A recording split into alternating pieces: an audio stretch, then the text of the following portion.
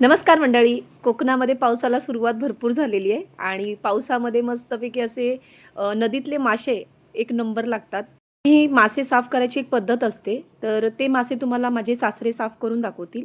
माशाचं सार मी तुम्हाला बनवून दाखवते कसं बनवायचं. ते एकदम साधी सोपी पद्धत आहे. त्यासाठी तुम्ही हा पूर्ण व्हिडिओ नक्की पहा. तुम्हाला हा व्हिडिओ नक्की आवडेल.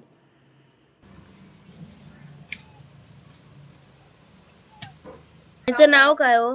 काडी म्हणतो त्याका ह्याका ना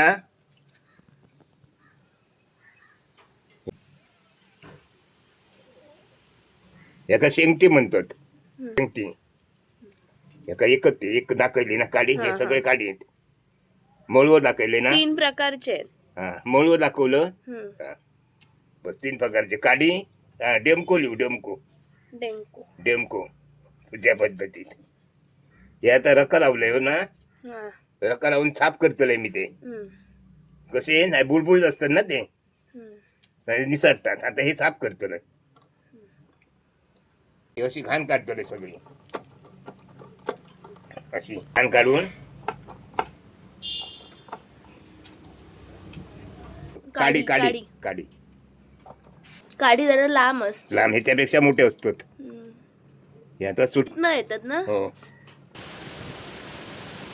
हे बघ, हे कंडी त्याच्यातली आणि ही तकली काढून टाकायची.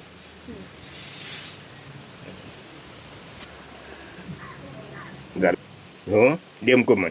डेंको.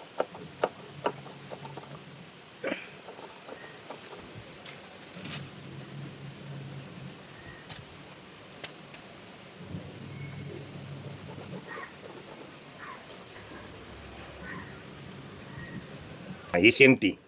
शेंगटी. शेंगटी म्हण. हे काठी असते ना. हे बघ, हे भारी काठी. एवढं लागत ना काठी.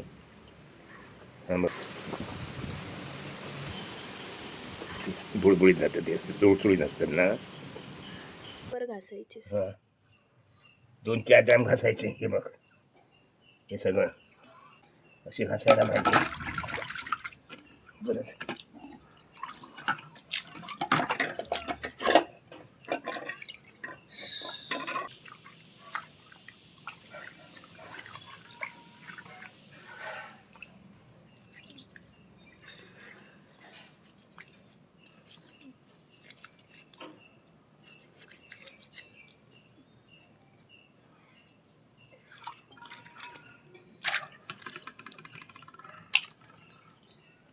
सगळं हे सगळे मासे साफ करून घेतलेले आहेत आणि स्वच्छ पाण्याने धुवून सुद्धा घेतलेले आहेत.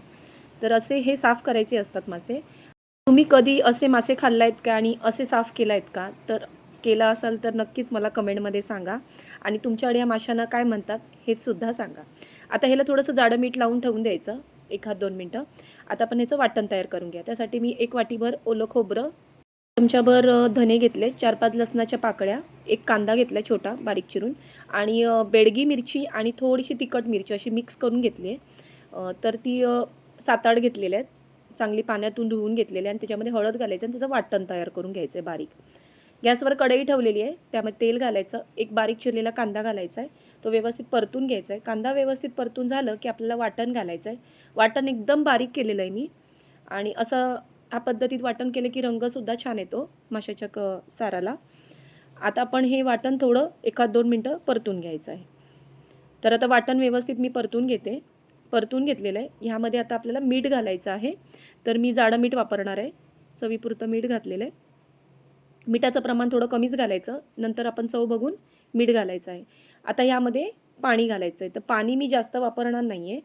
नदीतले मासे जे असतात ना ह्याचं सार ना पातळ करायचं नाही. असं तिकलं आपण करतो ना त्या पद्धतीत करायचं किंवा असं थपथपीत असं करायचं. जास्त असं पातळ करायचं नाही. तर ह्यामध्ये मी हिरवी मिरची घातलेली आहे म्हणजे तोडून घातलेली आहे आणि त्यामध्ये मी 5-6 सोलं म्हणजे कोकम घातलेले आहेत. आणि आता ह्यामध्ये आपल्याला हे मासेसुद्धा घालून घ्यायचे आणि ह्या साराला चांगली आता उकळी द्यायची आहे. तर एकदा व्यवस्थित सगळं मिक्स करायचं आहे. ते वगैरे जर कमी असेल तर तुम्ही आता घालून घ्यायचं मीठ आणि मग झाकण लावून आपल्याला 1-2 मिनटं आपल्याला झाकण लावून वाफ काढून घ्यायची आहे. हे बघा. तर 1-2 मिनटानंतर आपण परत झाकण काढायचं आहे आणि मासे बघायचे एकदा व्यवस्थित एकदा मिक्स करून घ्यायचे. आता ही ना आपण चांगली याला उकळी द्यायची अजून 5 मिनटं आणि त्यानंतर आपल्याला गॅस बंद करायचा आहे. तर हे बघा आता याला उकळी यायला लागलेली आहे. मस्तपैकी असे मासे आणि ह्याचं सार एक नंबर लागतं. आता हे माशाच्या साराला आपल्याला चांगली उकळी द्यायची 5 मिनटं. त्यानंतर आपण उकळी आल्यानंतर आपण ह्यामध्ये वरून थोडीशी कोथिंबीर घालायची आहे आणि मग गॅस बंद करायचा. मस्तपैकी अशी तयार होते. तुम्हाला जर हे सार जर पातळ पाहिजे तर थोडंसं पाणी घातलं तरी चालेल. मी जास्त पातळ केलेलं नाही आहे, मीडियम केलेलं आहे आणि ह्यामध्ये वरून कोथिंबीर घातली. तयार आहे नदीतल्या माशाचं सार.